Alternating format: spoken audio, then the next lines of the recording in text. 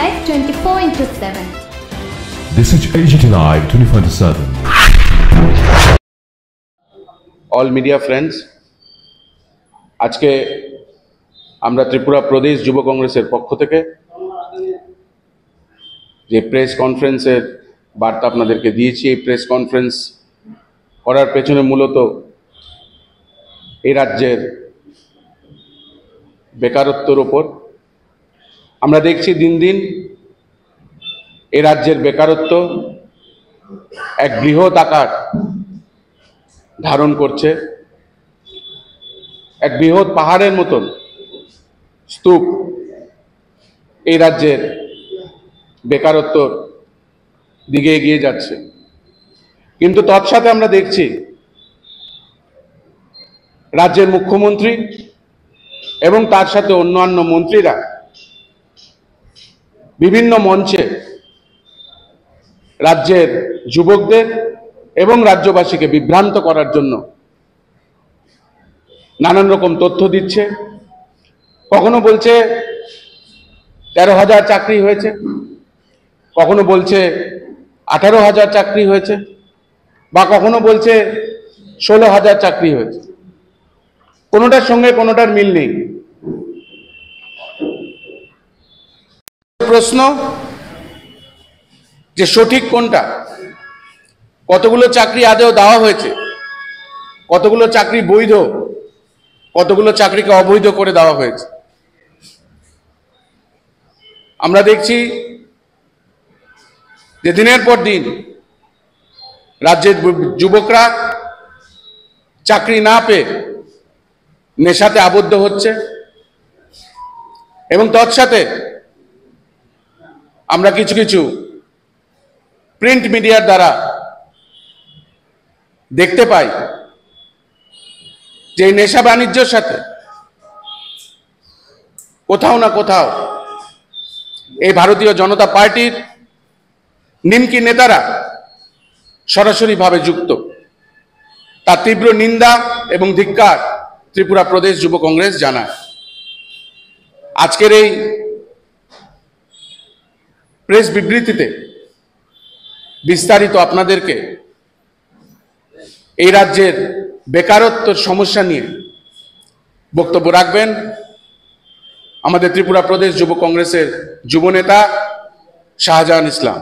মুখ্যমন্ত্রী বলছেন একটা সরকারি অনুষ্ঠানে কি 16,451 জনকে সরকারি চাকরি প্রদান করা হয়েছে।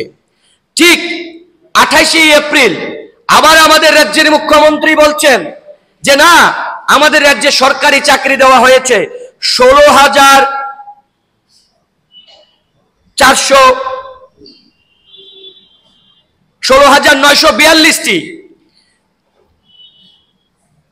18 ডিসেম্বর আস্তাবল ময়দানে মুখ্যমন্ত্রী বলছেন 13,000-এর অধিক। 1 এপ্রিল মুখ্যমন্ত্রী বলছেন 16,451টি। 28 এপ্রিল মুখ্যমন্ত্রী বলছেন 16,942টি। সাম্প্রতিক এই মে মাসের 13 তারিখ আপনারা সবাই দেখেছেন আগরতলার রবীন্দ্র শতবার্ষিকী ভবনে রাজ্যের মুখ্যমন্ত্রী কিছু পুলিশ দপ্তরে পুলিশের চাকরির অফার দিয়েছেন। সেখানে মুখ্যমন্ত্রী বলেছেন যে 16,942টি। গত দুদিন আগে দেখলাম আমাদের রাজ্যের মুখ্যমন্ত্রী 15খানা ফুড ইন্সপেক্টর, খাদ্য দপ্তরের ফুড ইন্সপেক্টর নিয়োগ করা হয়েছে। মাত্র 15টি নিয়োগপত্র দিয়েছেন ঘটা করে সরকারিভাবে। সেখানে মুখ্যমন্ত্রী গিয়ে বলছেন, পত্রপত্রিকায় বেরিয়ে এসছে, না 19,262টি চাকরি দেওয়া হয়েছে। আমরা মুখ্যমন্ত্রী নিজেকে স্বচ্ছতার মুখ্যমন্ত্রী বলেন। উনি এমন ভাবে কথা বলেন, অহংকারের সঙ্গে তিনি বলেন এই রাজ্যে নাকি স্বচ্ছতার মাধ্যমে সরকারি চাকরি দেওয়া হচ্ছে। উনার এই যে উনি যে বলছেন মুখ্যমন্ত্রী, উনার মুখ থেকে স্বচ্ছতার ফুলঝুরি, যে এক সময় বলছেন 13,000, কখনো বলছেন 16,400 চাকরি, কখনো 16,600 চাকরি, 900 চাকরি, আবার কখনো বলছেন 19,000 চাকরি। আমরা ত্রিপুরা প্রদেশ যুব কংগ্রেস এই রাজ্যের মুখ্যমন্ত্রীর কাছে জানতে চাই যে ডিসেম্বর মাসে বলেছিলেন 13,000-এর অধিক চাকরি, আর 2025 সালের 13ই মে বলছেন 19,262টা চাকরি। এই যে 6,000 চাকরি দেওয়া হয়েছে, কোন দপ্তরে দেওয়া হয়েছে, কটার সময় দেওয়া হয়েছে, কাকে দেওয়া হয়েছে? আমরা যুব কংগ্রেস তার শ্বেতপত্র চাইছি রাজ্যের মুখ্যমন্ত্রীর কাছে। মুখ্যমন্ত্রী তো নিজেকে সৎ মুখ্যমন্ত্রী দাবি করেন, স্বচ্ছতার দাবি করেন, স্বচ্ছতার নিয়োগে নাকি এই রাজ্যে চাকরি দেওয়া হচ্ছে। তাহলে যদি স্বচ্ছতার মাধ্যমে চাকরি দেওয়া হয়ে থাকে, 13,000 থেকে 19,262টি যে চাকরি, প্রায় 6,000-এর অধিক যে চাকরি দেওয়া হয়েছে 3-4-5 মাসের মধ্যে, কোথায় চাকরি দেওয়া হয়েছে, কোন কোন দপ্তরে নিয়োগ দেওয়া হয়েছে, তার শ্বেতপত্র তালিকা প্রকাশ করুক মুখ্যমন্ত্রী স্বচ্ছভাবে, তাহলে আমরা জানতে পারবো। কারণ আমরা মুখ্যমন্ত্রীকে বলছি না, যে তিনিই বলছেন 13,000, 16,000, 16,900, 19,262।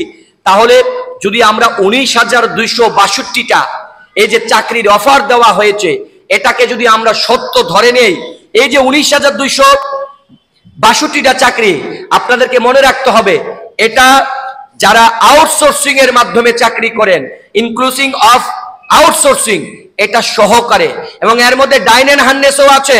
কিন্তু ডাইন হার্নেসের কতটা শূন্যপদ খালি তার তথ্য আমাদের কাছে নেই, কতটা শূন্যপদ পূরণ করা হয়েছে এই তথ্যও আমাদের কাছে নেই, তাই আপনাদের কাছে আমরা তুলে ধরতে পারছি না। কিন্তু আমরা বলতে পারছি, যদি মুখ্যমন্ত্রীর এই 19,000 চাকরি সত্য হয়ে থাকে, তাহলে সেখানে ডাইন এন্ড হার্নেস আছে, সেখানে আউটসোর্সিং এর চাকরি আছে।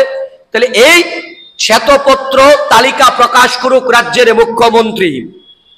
আমরা আপনাদের কাছে আরো তুলে ধরতে চাইছি, এই যে মুখ্যমন্ত্রী বারবার বলছেন, আমরা দেখতে পাই ঘটা করে স্বচ্ছতার পরিচয় দিচ্ছেন মুখ্যমন্ত্রী, একটা স্বচ্ছ সরকার চলছে। তাহলে আমরা বলি, এই যে বিভিন্ন দপ্তরে যে চাকরি দেওয়া হচ্ছে, সেই চাকরিগুলোতে অফার লেটারে কারা সই করেন, কাদের সিগনেচার? যেই দপ্তরে চাকরি দেওয়া হয় ওই দপ্তরের যিনি ডাইরেক্টর, সেখানে অফার লেটারে সিগনেচার করেন। আর মুখ্যমন্ত্রী এবং দপ্তরের মন্ত্রীরা, আমরা যুব কংগ্রেস মনে করি যে একটা মুখ্যমন্ত্রী আজ তিনি আছেন 2 বছর 3 বছর, একটা সময় তিনি নাও থাকতে পারেন। এক সময় এই মুখ্যমন্ত্রীর চেয়ারে অন্য কেউ ছিলেন, কংগ্রেসের কেউ ছিলেন, সিপিআইএম থেকে কেউ ছিলেন, আজকে বিজেপির থেকে তিনি আছেন। মুখ্যমন্ত্রীর আসনে আজ তিনি আছেন, এক সময় নাও থাকতে পারেন। কিন্তু আমরা যুব কংগ্রেস এই মুখ্যমন্ত্রীর আসনটাকে, চেয়ারটাকে আমরা রেসপেক্ট করি, আমরা মর্যাদা দেই, আমরা সম্মান করি। আমরা মনে করি একটা মুখ্যমন্ত্রীর চেয়ার, তার একটা স্ট্যাটাস আছে, তার একটা মান গরিমা মর্যাদা আছে। যারা মন্ত্রীর দায়িত্ব পালন করেন, এই মন্ত্রীদের জায়গায় অন্য কেউ একসময় আবার মন্ত্রিত্বে আসবেন, কিন্তু তার একটা তো স্ট্যাটাস আছে। যেখানে চাকরির নামে, স্বচ্ছতার নামে আজকে আমরা দেখি মুখ্যমন্ত্রী পিওনের দায়িত্ব পালন করছেন। মুখ্যমন্ত্রী আর মন্ত্রীরা পিওনের ভূমিকায়। যখন দপ্তর থেকে চাকরি দেওয়া হয়, সেই অফার লেটার যারা ক্যান্ডিডেট, যারা চাকরি পান, সেটা ডাক বিভাগের মাধ্যমে, ডাকের মাধ্যমে তার বাড়িতে যাবে, আর নয় ওই দপ্তরের পিউন বুকের মাধ্যমে ক্যান্ডিডেটের বাড়িতে অফার লেটার যাবে। কিন্তু মুখ্যমন্ত্রী তার আত্মমর্যাদা ভুলে গেছেন, মুখ্যমন্ত্রী তার চেয়ারের আত্মমর্যাদা ভুলে গেছেন, তার স্ট্যাটাস ভুলে গেছেন, তার মান গরিমা ভুলে গেছেন, সঙ্গে সঙ্গে মন্ত্রীরাও ভুলে গেছেন। তাদের না হয়তো বা আত্মমর্যাদা নাই বা থাকতে পারে, মন্ত্রীদের আত্মমর্যাদা নাই বা থাকতে পারে, কিন্তু মুখ্যমন্ত্রীর চেয়ারটাকে আমরা রেসপেক্ট করি। মানে আমরা ভাবতে অবাক লাগে যে দপ্তরের ডাইরেক্টররা সিগনেচার করছেন, আর সেই অফার লেটার বিতরণ করছেন রাজ্যের মুখ্যমন্ত্রী। মুখ্যমন্ত্রী ডাকের ভূমিকা পালন করছেন, পিওনের ভূমিকা পালন করছেন। মানে এটা হাস্যকর ব্যাপার যে মুখ্যমন্ত্রী নিজের স্ট্যাটাস বলে গিয়ে উনি পিওনের ভূমিকা আছেন। তো উনি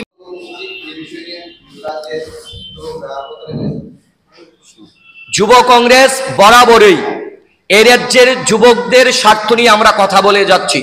আপনারা দেখেছেন জিআরবিটির জন্য আমাদের যুব কংগ্রেসের আন্দোলন ছিল, আমরা এসটি জিটির জন্য আন্দোলন করেছি, আমরা টেটের জন্য করেছি, আমরা স্টেট কোঅপারেটিভ ব্যাংকের জন্য করেছি, সাম্প্রতিককালে আমাদের ফায়ার ব্রিগেডের যে ইন্টারভিউ নিয়ে জেল পুলিশের জন্য সেটাও করেছি।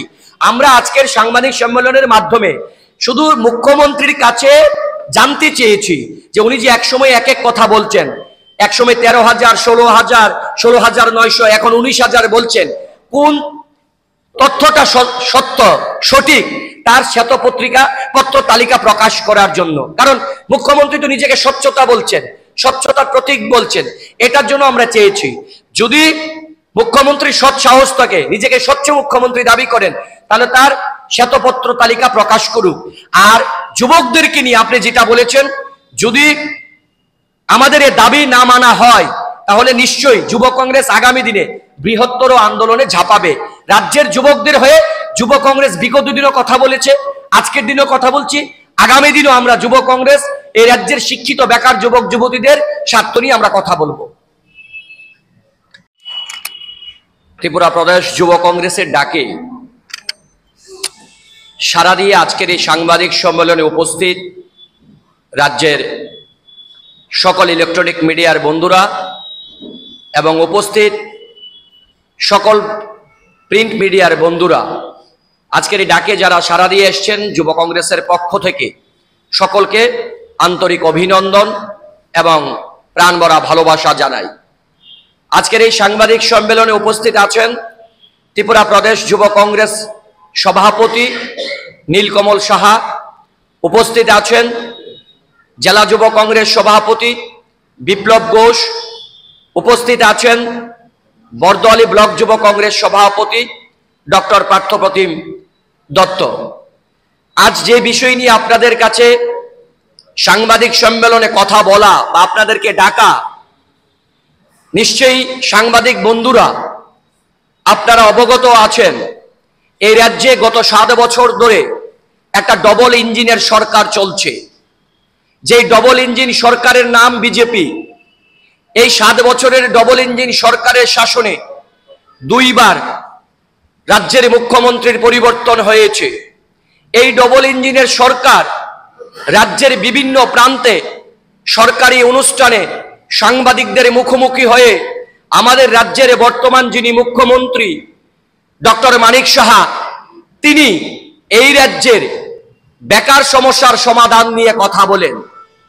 আপনাদের কাছে বলার চেষ্টা করেছেন আমাদের যুব কংগ্রেস সভাপতি নীলকমল সাহা।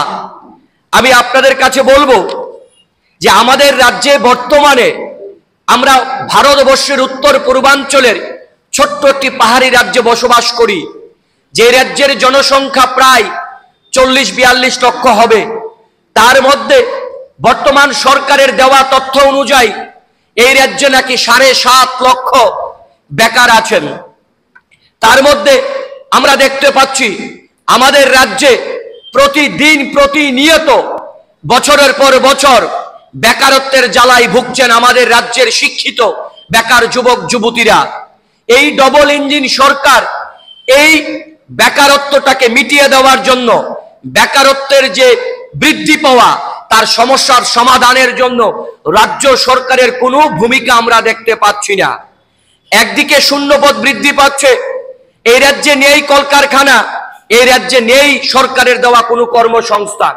যদি বিস্তারিত আপনাদের কাছে একটু সময় আমরা তুলে ধরি, 2018 সালে এই রাজ্যে বিজেপি সরকার ক্ষমতায় আসার পর 2024 সালের 24 এবং 25 সালের এই বছরে আমরা যদি বাজেট অধিবেশনটা দেখি, এক নজরে বাজেটে বলা হয়েছে এই বর্তমান বিজেপি সরকারের দেওয়া বিধানসভা তথ্যতে বলছেন আমাদের রাজ্যে নাকি 31,000-এর অধিক আমাদের রাজ্যে শূন্য পদ আছে।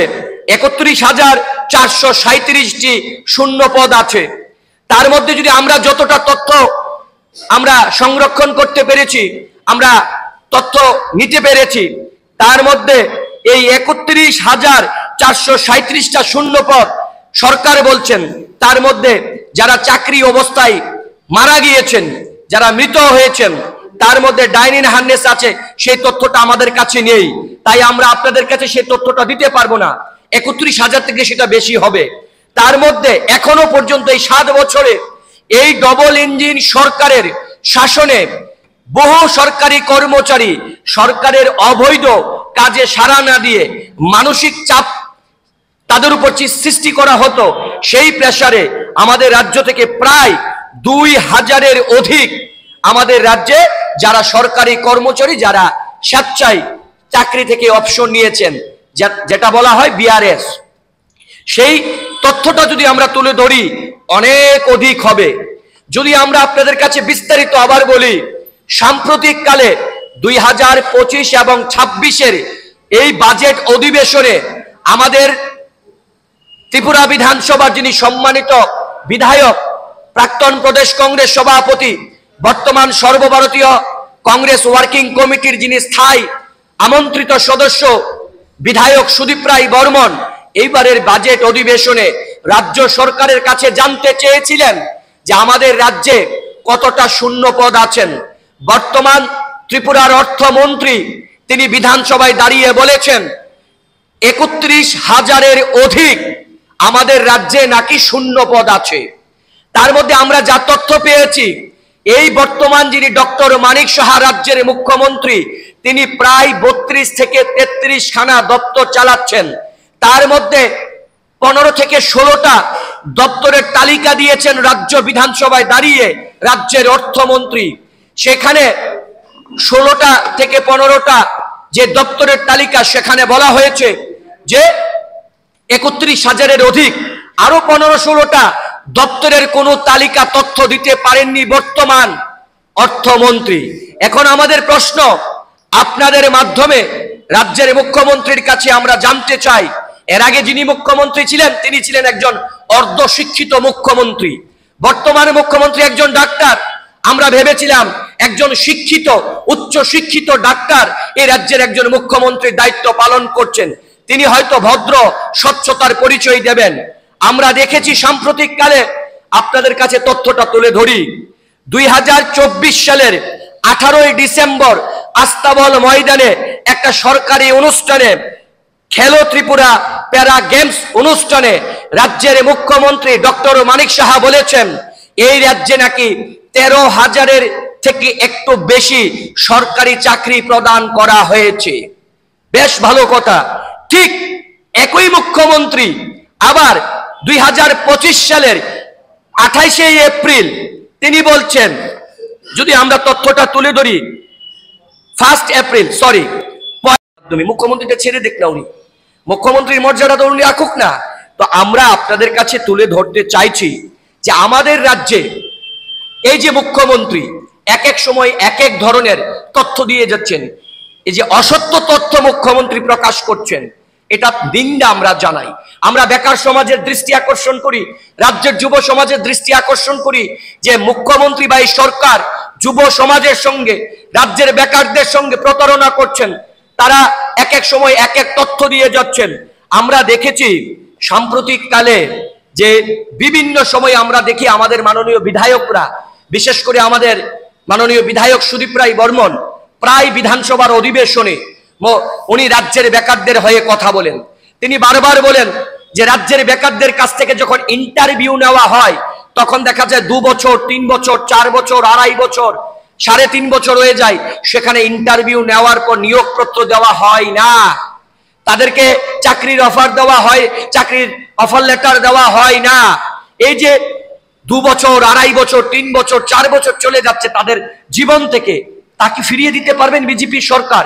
তা ফিরিয়ে দিতে পারবেন মুখ্যমন্ত্রী? তা ফিরিয়ে দিতে পারবেন রাজ্যের বিজেপি দল? পারবেন না। আমরা দেখতে পাই সেখানে 3 থেকে 4 বছর চলে যাচ্ছে, এর বাইরে বিভিন্ন সময় এই ইন্টারভিউর নামে এই সরকারটা কত বড় একটা দেউলিয়া সরকার, এই সরকারটা কত বড় একটা প্রতারণার সরকার।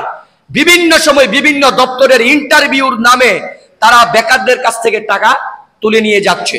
আমরা বিভিন্ন সময় দেখি স্টেট কোঅপারেটিভ ব্যাংক, জিআরবিটির কথা বলুন, জিআরএস এর কথা বলুন, এসটিজিটির কথা বলুন, বিভিন্ন সময় টেটের কথা বলুন, বিভিন্ন দপ্তরে টিপিএসসির কথা বলুন, যে যে দপ্তরের ইন্টারভিউর নাম নেওয়া হয়, নাম করে ইন্টারভিউ ডাকা হয়, সেখানে যুবকদের কাছ থেকে, এই নিরীহ গরিব অসহায় যুবকদের কাছ থেকে, যাদের কাছে টাকা নেই, যারা অর্থ উপার্জন করেন না, তাদের কাছ থেকে তারা টাকা উপার্জন করছেন। সাম্প্রতিক একটা ঘটনা আপনাদেরকে বলি। এই 2025-26 সালে মুখ্যমন্ত্রী বিধানসভায় দাঁড়িয়ে গর্বের সঙ্গে অহংকারের সঙ্গে বলছেন যে আগে সরকার বলতেন নার্স নার্স নার্সিং, আমরা এখন এই শব্দটাকে বাদ দিয়ে দিয়েছি, আমরা বলছি যে নার্সিং অফিসার। ভালো কথা, নার্সিং অফিসার আপনারা নাম দিয়েছেন। এই নার্সিং অফিসারের নাম দিয়ে ধরুন তারা এই দেখলাম সাম্প্রতিককালে নার্সিং নিয়োগ করবেন, তারা সেখানে তারা ক্যাটাগরি ভাগ করেছেন, MSc, BSc nursing, GNM nursing, ANM nursing. এবার দেখা গেছে আমি যদি নার্সিং হয়ে 5টা ডিপার্টমেন্টে তারা ক্যাটাগরিতে ভাগ করছেন। এই ভাগ করার পর 5টা ডিপার্টমেন্টে যদি আমি বা একটা বেকার যদি সেখানে তার চাকরির জন্য ইন্টারভিউ দেওয়ার জন্য তারা ফর্ম ফিল আপ করেন, সেখানে পার ক্যান্ডিডেটকে 200 টাকা করে দিতে হবে। তাহলে একটা ক্যান্ডিডেট 5 জায়গায় ফর্ম ফিল আপ করলে তাকে 200 টাকা করে 1000 টাকা দিতে হচ্ছে। তো আমি তো চাকরি যদিও পাই একটাতে পাবো, 5টাতে পাবো না, আবার নাও পেতে পারি আমি সেখানে চাকরি। তাহলে এই যে বেকারদের সঙ্গে প্রতারণার মাধ্যমে এই যে অসহায় বেকারদের কাছ থেকে তাদের কাছ থেকে যে টাকা নিয়ে যাচ্ছে, এই বেকাররা কোথা থেকে টাকা নেয়? তার পরিবারের কাছ থেকে, মার কাছে, বাবার কাছে টাকা চাইছেন, সেখানে টাকা দেওয়া হচ্ছে এবং তার প্রিপারেশনের জন্য টাকা খরচ হচ্ছে, তার জন্য প্রিপারেশন দিতে হচ্ছে। যখন সে চাকরিটা পায় না, বাড়িতে কথা শুনতে হয় তাকে যে তোকে টাকা দিলাম, টাকা দিয়ে ফর্ম ফিল আপ করলি, চাকরির জন্য পড়াশোনা করলি, কিন্তু চাকরিটা পেলি না। এই যে বেকাররা যে একটা অপমান বোধ করেন, তারা কথা শুনতে হয় তাদের কাছ থেকে যে টাকা দিয়ে হেল্প করার পরেও পরিবার তাকে দিচ্ছেন, তারপরে বেকাররা পাচ্ছেন না, তাদেরকে কথা শুনতে হয়। আমরা মনে করি এই সরকার সম্পূর্ণভাবে একটা বেকারদের সঙ্গে প্রতারণা করছেন। তাই এই সরকারের কাছে, মুখ্যমন্ত্রীর কাছে আমরা দাবি জানাচ্ছি যে যে শ্বেতপত্র তালিকা প্রকাশ করুন।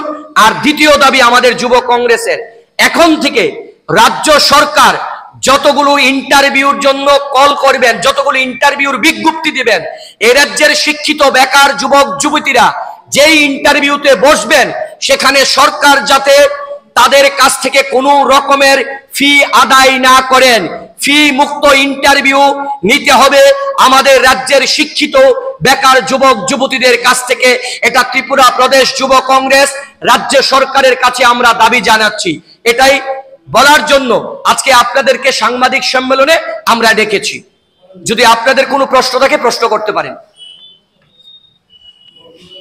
এবং আপনাদের কাছে একটা কথা বলি, মানে এই কথাটা এমন হচ্ছে, এই যে আমরা বারবার বলছিলাম না যে নার্সিং নিয়ে, অ্যাকচুয়ালি কথাটা হচ্ছে ওই যে একটা বাংলায় প্রবাদ আছে না যে ভাত দেওয়ার মুরুদ নেই, কিল মারার গুসাই আর কি।